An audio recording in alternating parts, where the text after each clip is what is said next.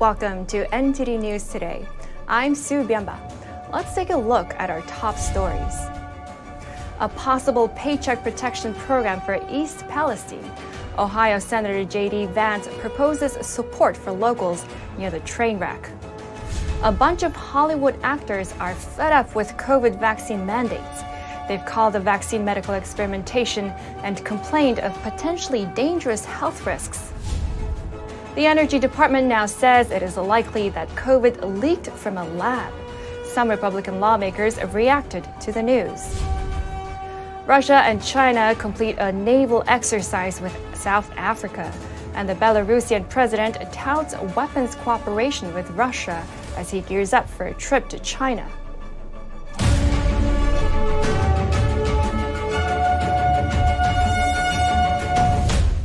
Ohio Senator J.D. Vance says East Palestine might need a paycheck protection program similar to the one the U.S. had during the pandemic.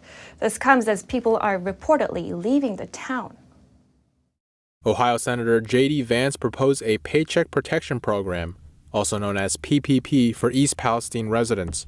This comes after the recent train derailment, but also due to industries leaving the area, which he says had already been ongoing. Vance explained his stance in an op-ed for the Washington Post, writing, "Like many towns near Youngstown, Ohio, East Palestine had suffered substantially from the wave of deindustrialization that saw millions of jobs leave for China, Mexico, and other countries." The senator says the recent train derailment, which led to a burn of chemicals, is driving people and capital away from the town. He proposed introducing a PPP-style program to help businesses stay afloat, saying, "Without special refinancing, homeowners will be underwater as flight from the community drives home prices lower, decimating the tax base on which local schools and public services rely. Farms will require direct support. Underfunded schools will need help. East Palestine will need its own version of the Payback Protection Program." The pandemic-era PPP program reportedly saved around 3 million jobs at its peak in the second quarter of 2020. However, many say the program was also subject to heavy fraud. The Department of Labor's Office of the Inspector General issued this report a few months ago, saying that our analysis identified a total of $45.6 billion paid in potentially fraudulent unemployment insurance benefits. Some experts also believe the program, along with stimulus checks, may have contributed to the current high inflation economy. The senator's concern about people leaving East Palestine comes amid reports of residents staying in hotels rather than returning to their homes. News Nation writes that some locals are very concerned about the health symptoms they have. They feel they cannot return. One resident, who reportedly lives 500 feet from the site of the derailment, is staying at a hotel. He said, "I have numb tongue, confusion, headaches, dizziness. It's extremely difficult. I haven't been working, so where's the money coming from?" The resident added that his home was looted while he was gone. He says he's now leaving the state and doesn't know when he'll return. Turning to Michigan, some residents are still without heat or power after last week's winter storm. It coated trees and power lines in the southeast part of the state with ice, and the extra weight caused many to come down. NTD's Jeremy Sandberg has more on what people in Ann Arbor are going through. The ice storm in Michigan last Wednesday coated power lines and trees with half an inch of ice or more. High winds Thursday put around 600,000 DTE Energy customers in the dark at the storm's peak. Around 132,000 remained without power Sunday night. Reconnecting with neighbors and friends, and everybody's kind of getting reacquainted with each other. So that's the silver lining of these power outages. The city's densely populated areas were first on the list for repairs. Smaller communities with single-family homes have to wait longer for things to return to normal.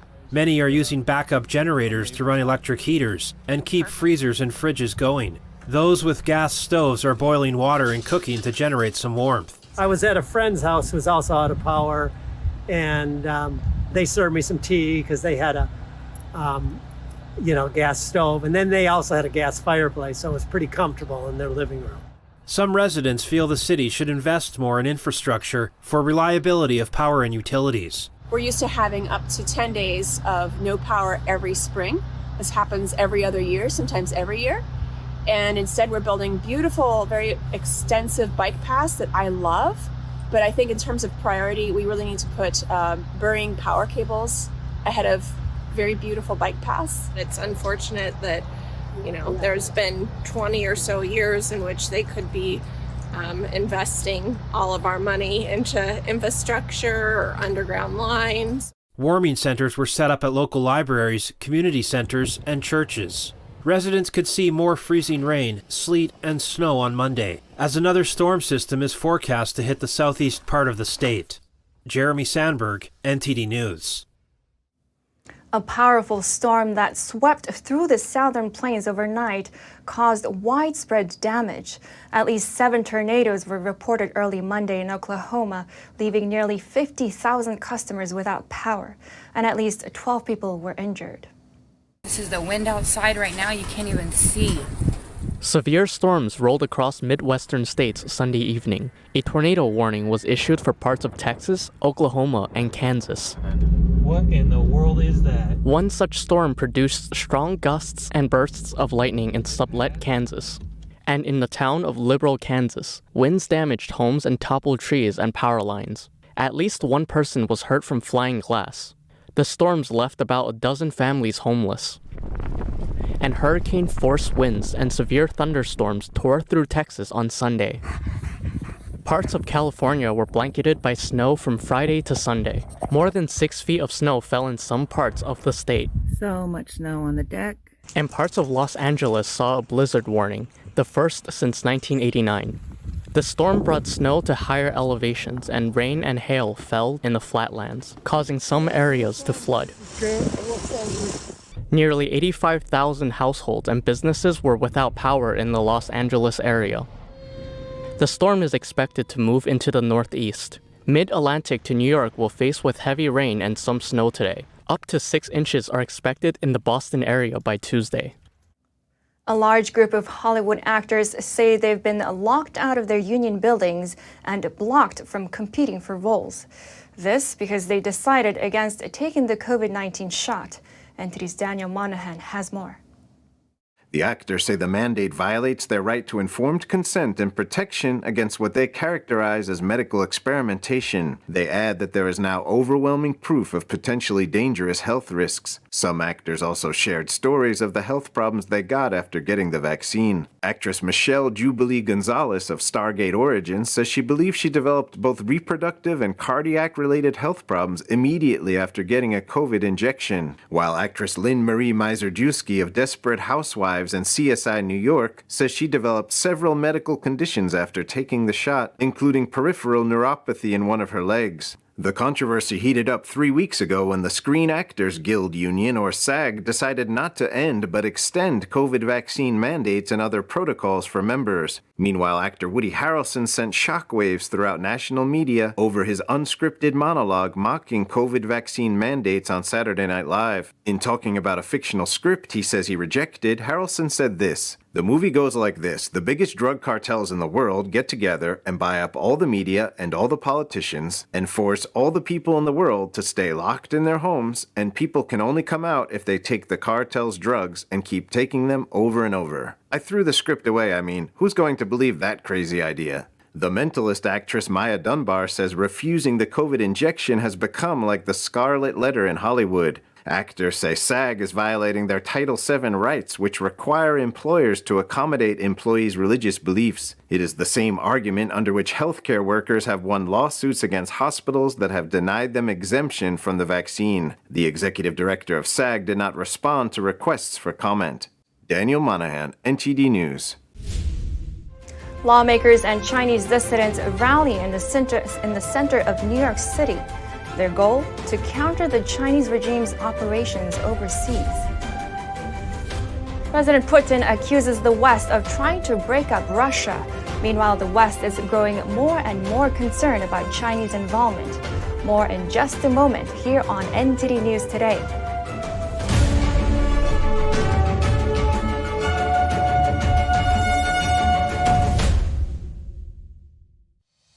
We're entering an unprecedented period of economic turmoil. The economy is unstable, our government is in shambles, and the global war on energy has created a domestic crisis. Americans need a way to protect their financial future. One way to ensure your wealth in retirement is by purchasing physical gold and silver. We can help. You can roll any part of your retirement account into a gold or silver IRA. Better yet, you can open a gold or silver IRA in 5 minutes or less using our online application. Preserving your family's financial legacy is a choice that's always available to you. And when you're ready, we're here to help. Call us and speak to one of our IRA professionals. Let's build your financial legacy together.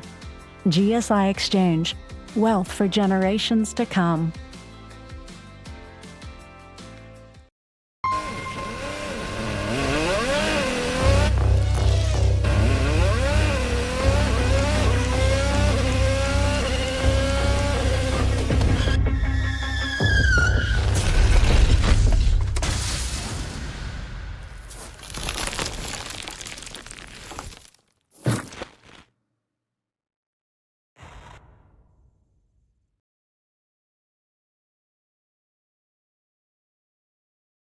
Freedom is not free, and neither is the truth. In order to bring you the facts, our reporters are out there on the front lines getting the true story. Some of them served 10 years of prison in China. We've been censored on social media. Our Hong Kong printing offices were set on fire, and we've been repeatedly attacked by the Chinese Communist Party. But no matter what, we believe that you deserve the truth, and so we'll continue to bring the truth to light. Head on over to getepic.com and try honest journalism that is based in truth and tradition. We'd love to have you on board.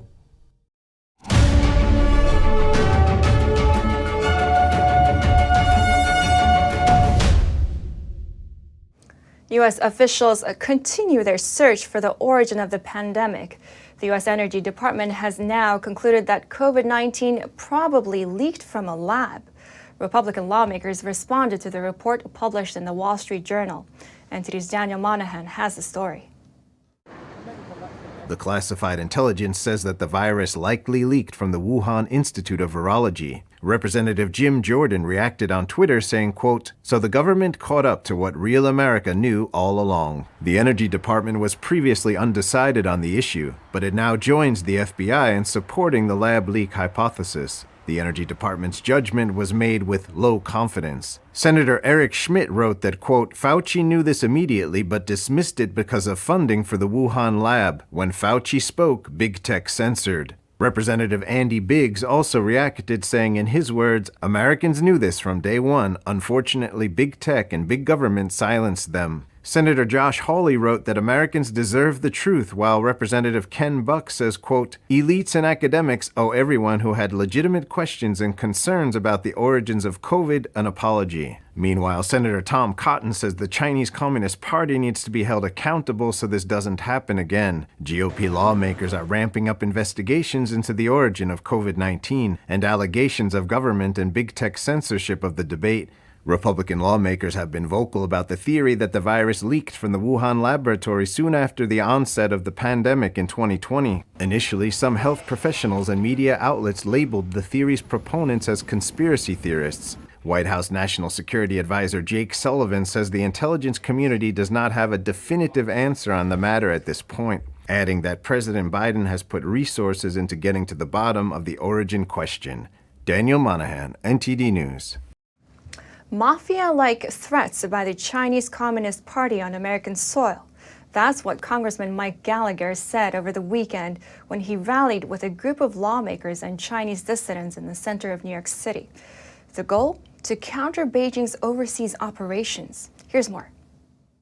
An innocent-looking building in downtown Manhattan, now the center of a highly attended event where CCP opponents called out Beijing's totalitarianism. Freedom!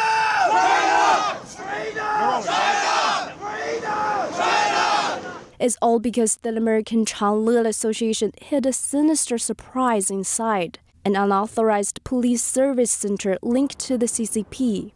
Quote, 2 options, return to China promptly or commit suicide. These are actual quotes that CCP agents have said to people here on American soil. The outpost came to light last fall. Agents there have reportedly harassed and spied on Chinese nationals in American neighborhoods. Since then, the FBI has raided the facility and the State Department shut it down. How have we allowed this to happen on American soil? The answer, in my opinion, is that we have been blind. Describing the CCP threats as veiled and very cunning, Gallagher accuses the communist regime of exerting what he calls mafia-like influence around the globe and coercing distance with Muslim threats to bend to his will. And like the mafia, they aren't afraid to make people disappear. Last year, human rights watchdog Safeguard Defenders exposed more than 100 such unauthorized CCP police stations in 53 countries, including 4 U.S.-based stations, 2 in New York City, 1 in Los Angeles, and 1 in an undisclosed location. Victims of the CCP suppression attended the event in New York. They include Uyghurs, Mongolians, Hong Kongers, Tibetans, and Falun Gong practitioners. The number one victim of the CCP is the Chinese people. That message from Congressman Neil Dunn is central to the House China Select Committee. That is, to differentiate between the CCP and the Chinese people. Dunn and Gallagher were also joined by Congressman Richie Torres in what appears to be a bipartisan effort to expose CCP threats to Chinese Americans and U.S. sovereignty itself. The defense of human rights from the abuses of the CCP is not a Democratic value or Republican value, it's an American value. Efforts to counter the CCP are especially important for overseas Chinese dissidents like Zhou Fengsuo.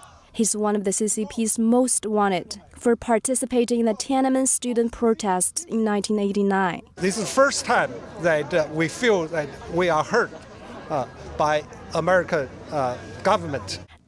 Off its eastern coast, South Africa wraps up a controversial joint Navy drill with Russia and China. The exercises sparked concern in the West about the African country's stand in the war. The South African Navy on Monday concluded joint military exercises with Russia and China in the Indian Ocean. The drills kicked off on February 17th, with China sending the guided missile destroyer Huainan, a frigate, and a supply ship. Russia sent 2 ships from its northern fleet, the most powerful part of the Russian naval force. One of the 2, the Admiral Gorshkov frigate, carries the latest supersonic Zircon missiles, though none were fired during the exercise. Russia has used hypersonic missiles in various phases of the war in Ukraine. While South Africa maintains its neutrality, critics denounced the 10-day drills as supporting the Russian invasion.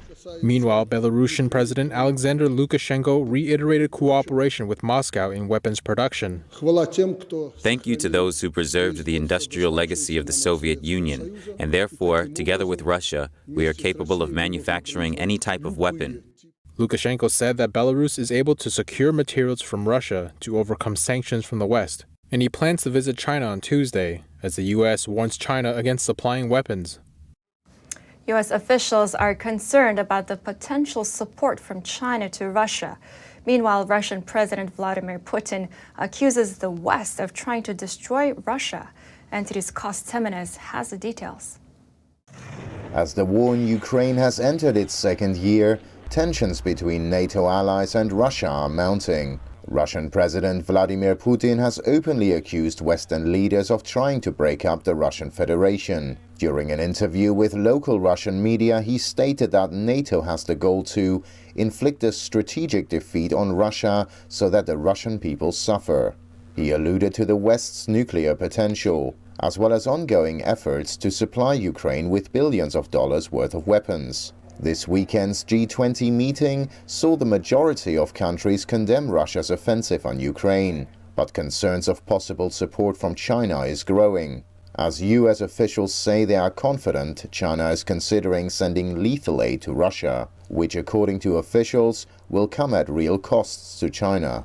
But that's not the only concern. The alliance between Russia and Iran is moving at a, quote, disturbing pace, according to CIA Director William Burns. Speaking on CBS's Face the Nation on Sunday, Burns said Iran's leaders have not reached a decision on whether to resume their weaponization program.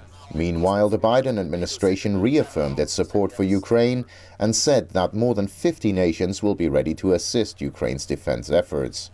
Kos Temenes, NTD News. Coming up, a Parisian artist turns a plastic waste into floral artwork.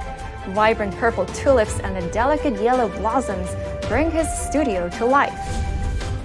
And the Producers Guild of America honors Tom Cruise with a Lifetime Achievement Award. We'll have the details soon when we return.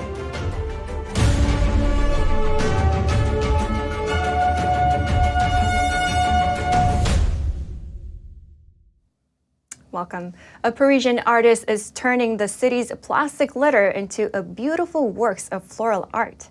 NTD's Andrew Thomas has more on his creative process.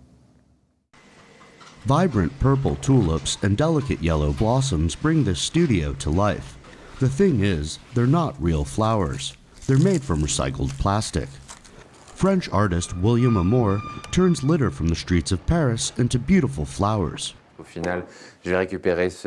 What happens is, when I pick up that mass-market product that has been discarded, I don't even know what it will become. It'll be cleaned. It'll go in my stockroom where everything is classified according to the nature of the waste. This allows me to have a library of materials where I'll find all sorts of litter. It took Amour 15 years to develop his intricate technique. In his studio, plastic bottles are turned into cutouts. Plastic bags are turned into pleated and creased sheets. The meticulous process takes time. I'm working on pleating plastic bag material. It's pleated and creased in a technical manner, and so each pleat is made one by one. For example, to make one petal, with my experience, I easily need half an hour to make one petal. The artist also sees Paris's sidewalks as a gold mine for cigarette butts. You can find a dozen cigarette butts just by bending down, unfortunately. And so once disinfected and washed, I'll be able to use the fiber in the buds. Amour only works on commission. His art has even been featured in Paris's prestigious Grand Palais. Amour said he depends mostly on his creative instinct, and the possibilities are endless. Andrew Thomas, NTD News. Hollywood producers celebrated Tom Cruise's career on Saturday. The event took place at one of the key awards ceremonies ahead of next month's Oscars. My whole life, I wanted to make movies. I wanted to travel the world. I wanted adventure. As a kid, I'd create characters. I wrote stories to entertain my family and friends, and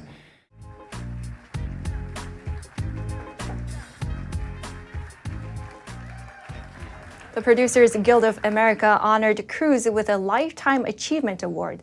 The 60-year-old Cruise rose to fame as the star of Risky Business, Cocktail, A Few Good Men, and other films. His producing credits include Vanilla Sky, The Last Samurai, the Mission Impossible movies, and The Maverick. That film hauled in nearly $1.5 billion at worldwide box offices. Maintaining close ties with friends and partners is critical to your well-being. Let's find out why that is. Here's Gina Marie with Strong Mind and Body.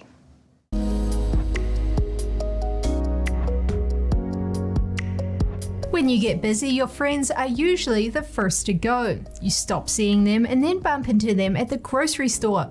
You decide a meetup is due, but it almost never materializes. Your spouse, partner, or family members can also fall away. But taking time to strengthen those bonds can aid health in a number of ways. Strong friendships are part and parcel to a healthy lifestyle, similar to working out and eating well. There is research to support the idea that strong relationships contribute to better health. In fact, good relationships are positively associated with immune health, sleep quality, insulin regulation, cardiovascular health, gut health, and cognition. It might make sense to start carving out more time for friends and partners. Using friendship as the template for familial or romantic relationships can help to make you feel better. One of the biggest ways cooperative and reciprocal relations can aid health is stress relief. Stress can impact a number of health markers. Good quality relationships have been shown to reduce stress.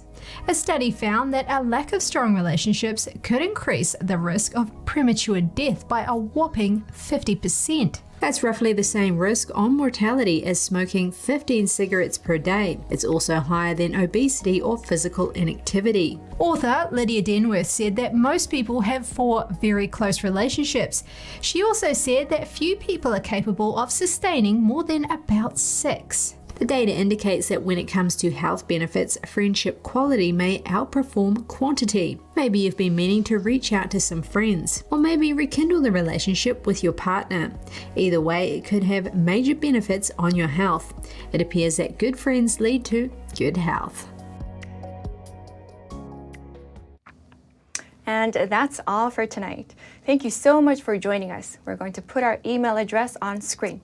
We'd love to hear from you. For podcasters, that's news.today@ntd.com.